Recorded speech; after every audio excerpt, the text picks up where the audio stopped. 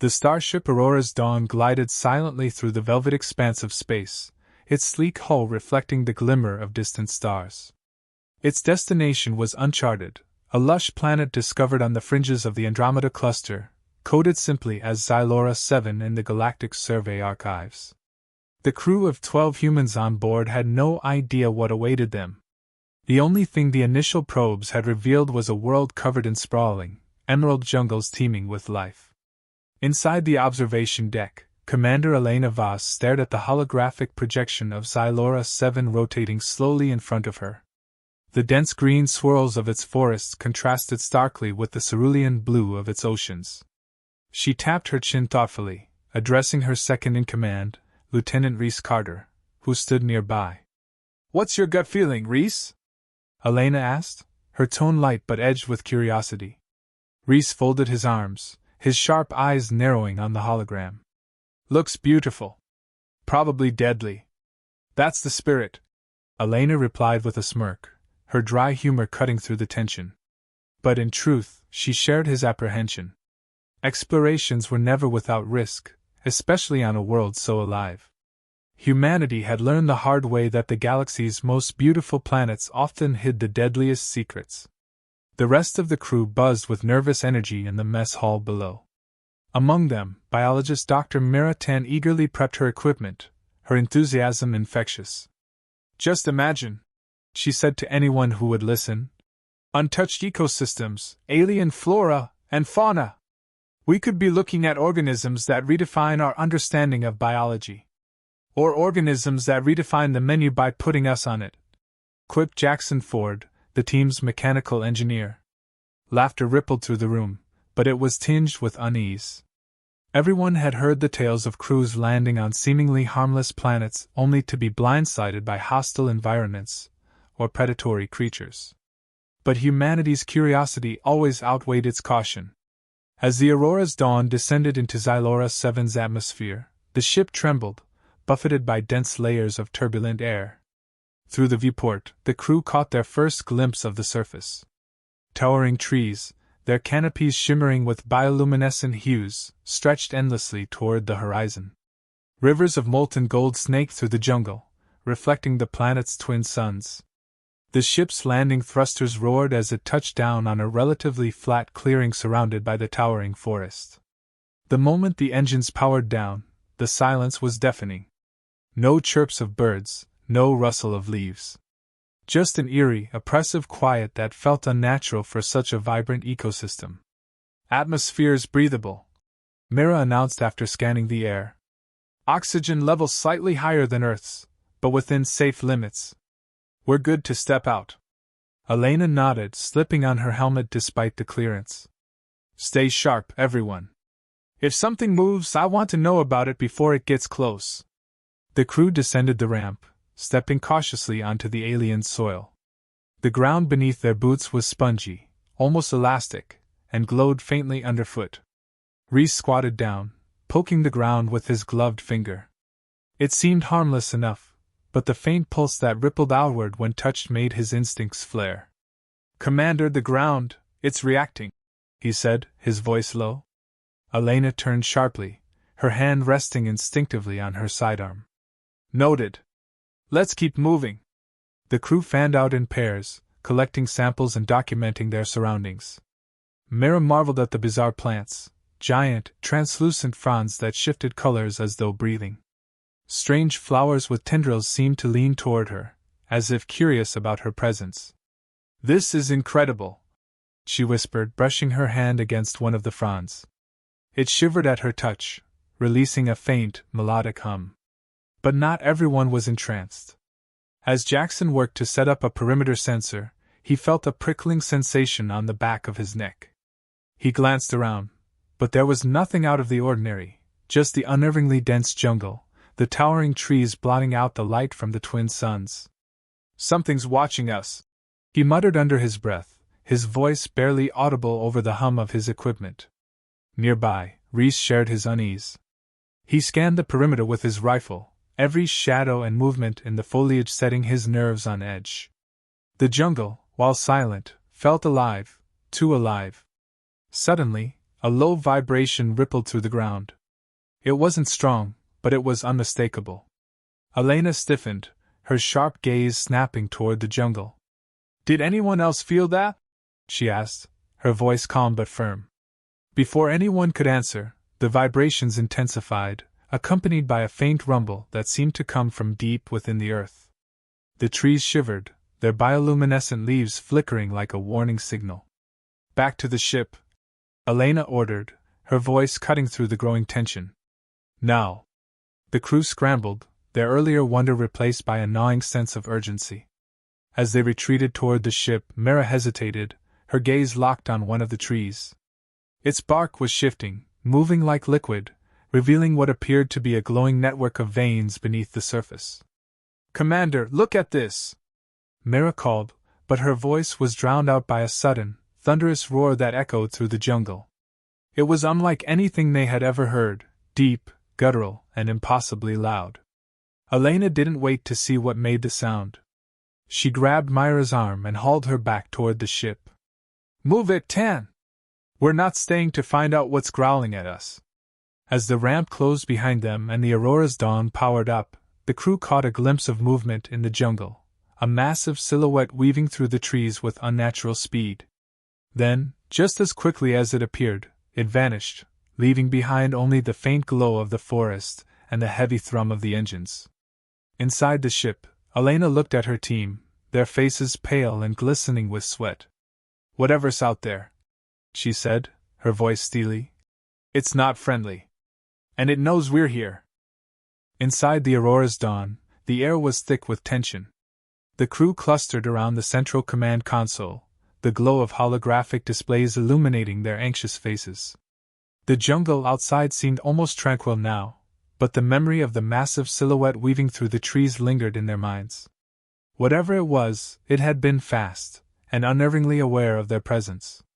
Commander Elena Voss's voice broke the heavy silence. "Status report. I want to know what just happened." Chief Engineer Jackson Ford tapped furiously on his console, bringing up data from the ship's external sensors. "There was a seismic event originating beneath us. The vibrations, they weren't natural. Something down there is active." Biologist Mira Tan was pacing, her excitement tempered but still simmering. "Commander, the jungle's behavior was extraordinary. Did you see how the plants reacted? The entire ecosystem is connected, like a neural network. This could be a living, breathing entity, not just a habitat." Elena raised a skeptical eyebrow. "Are you saying the planet itself might be alive?" Mara hesitated, chewing on her lip. "Not the planet, but perhaps the ecosystem. The way the ground pulsed, the trees shifted, it felt coordinated, like it was responding to us." Lieutenant Reese Carter folded his arms, his expression grim. "If it's responding, it's not responding well. That roar wasn't a welcome party. Whatever's out there doesn't want us here." Elena nodded. "Agreed. We came here to explore, not start a war with the jungle. Jackson, can we pinpoint the origin of the seismic activity?" Jackson shook his head. "Not with the ship's sensors. Whatever's causing it is buried too deep. We need to get closer, boots on the ground." A heavy silence fell over the group. No one wanted to suggest stepping back into the jungle, but they all knew their mission wasn't over. Elena sighed, rubbing her temples as she considered their options. "All right," she said finally, her voice steady. "We're not leaving without answers. Mira, Reese, Jackson, you're with me. We're going back out there. The rest of you stay here and monitor the ship. If anything happens, take off and regroup in orbit. Understood?" The crew exchanged uneasy glances but nodded. The four of them geared up, double-checking their weapons and equipment. This time, they weren't going into the jungle as explorers. They were going as survivors. As they stepped out of the ship, the jungle seemed even more imposing than before. The bioluminescent plants glowed faintly, casting eerie shadows that danced with every step. The air was humid and heavy, thick with the scent of vegetation and something faintly metallic. Jackson activated a portable scanner, its soft beeps echoing in the silence. "The seismic activity originated about 2 kilometers east of here," he said, pointing toward a dense cluster of trees that seemed to shimmer with an otherworldly light. Stay close and keep your eyes open, Elena ordered. If anything moves, call it out immediately. They moved cautiously, their boots sinking slightly into the spongy ground. Mira couldn't help but marvel at the strange flora around them. Tendrils of glowing vines reached toward the group as they passed, retracting quickly when touched. The trees hummed faintly, their vibrations barely perceptible but constant. This place is alive, Mira murmured, her voice tinged with awe. It's like the whole ecosystem is aware of us. Reese's grip tightened on his rifle. Let's hope it's not hungry. As they pressed deeper into the jungle, the ground began to shift. The spongy surface grew firmer, and the faint glow intensified. Jackson's scanner beeped louder, its readings spiking. We're close, he said. Whatever caused the vibrations is just ahead. The group emerged into a clearing, and their breaths caught. In the center stood a massive structure, an organic tower that seemed to grow directly from the earth. Its surface was covered in pulsing veins of light, and the air around it buzzed with energy. It was unlike anything they had ever seen, both alien and beautiful. What is that? Mira whispered, her eyes wide. Jackson's scanner blinked red. That's the source of the seismic activity. It's not just a structure, it's emitting signals. Pulses like a heartbeat. Elena approached cautiously, her hand resting on her sidearm. The ground around the tower was smooth and solid, almost like glass. She knelt, placing her hand against the surface. A faint pulse rippled outward, and for a moment she felt something. A presence. It wasn't hostile, but it was probing, curious. It's intelligent, she said softly, standing. This isn't just part of the ecosystem. It's something more. Before anyone could respond, the tower's glow intensified, and a low, resonant hum filled the air. The group froze as the jungle around them seemed to come alive. Vines writhed, trees shifted, and the air crackled with unseen energy. Commander, Reese said, his voice tight. We've got company. From the shadows emerged a creature unlike anything they had encountered. It stood on 4 limbs, its sleek body covered in scales that shimmered like liquid metal. Its eyes glowed with the same bioluminescent light as the tower, and it moved with a predator's grace. The creature growled, its sound reverberating through the clearing. More shadows stirred, and it became clear this was not an isolated encounter. They were surrounded. Elena drew her weapon, her heart pounding. Back to the ship, she ordered. Now. But as the creatures closed in, it became clear they wouldn't make it without a fight. The creatures moved with a predatory grace, their metallic scales reflecting the faint glow of the jungle. Each step they took seemed calculated, their glowing eyes fixed on the humans as if evaluating their every move. The air was thick with tension, the hum from the towering structure behind them growing louder with each passing second. Commander Elena Voss tightened her grip on her weapon, her mind racing. We need to get back to the ship, she said, her voice calm but firm. Stay close, keep moving, and don't fire unless absolutely necessary. Reese Carter, rifle at the ready, scanned the tree line for any sign of an opening. There's no way out, he said through gritted teeth. They've boxed us in. Meritan, clutching her scanner like a lifeline, whispered. They're not attacking yet. It's like they're waiting. Waiting for what? Jackson Ford muttered as he adjusted the charge on his plasma cutter. His eyes darted between the creatures and the glowing tower behind them. We don't have time to find out. The lead creature let out a guttural growl, the sound reverberating through the clearing. The others echoed the noise, their glowing eyes narrowing. Then, as if on cue, the creatures began to circle the humans, their movements fluid and deliberate. They're hurting us, Reese observed, his voice low but steady. They're smarter than they look. Fall back toward the structure, Elena ordered. We'll use it as cover. Stay tight. The group moved as one, their steps slow and deliberate as they backed toward the towering, pulsing spire. The creatures followed, maintaining their distance but clearly ready to strike at the first sign of weakness. The hum of the spire grew louder, almost deafening, as they reached its base. Jackson glanced at the glowing veins that crisscrossed the spire's surface. Commander, I've got a bad feeling about standing so close to this thing. Noted, Elena said. But right now, we don't have a choice. Suddenly, one of the creatures lunged forward, its sleek body a blur of motion. Reese reacted instantly, firing a controlled burst from his rifle. The plasma bolt struck the creature mid-leap, sending it crashing to the ground. The others froze, their glowing eyes flickering as if processing what had just happened. That got their attention, Reese said, his tone grim. The downed creature stirred, rising to its feet with an almost mechanical precision. The wounds from Reese's attack began to close, the shimmering scales knitting themselves back together. Are you kidding me? Jackson exclaimed, his voice tinged with disbelief. They heal that fast?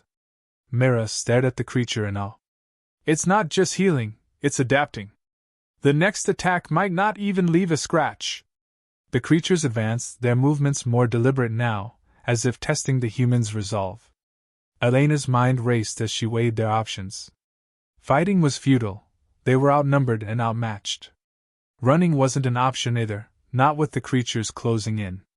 Then, the spire pulsed brightly, its glow intensifying. The ground beneath their feet trembled, and a wave of energy radiated outward.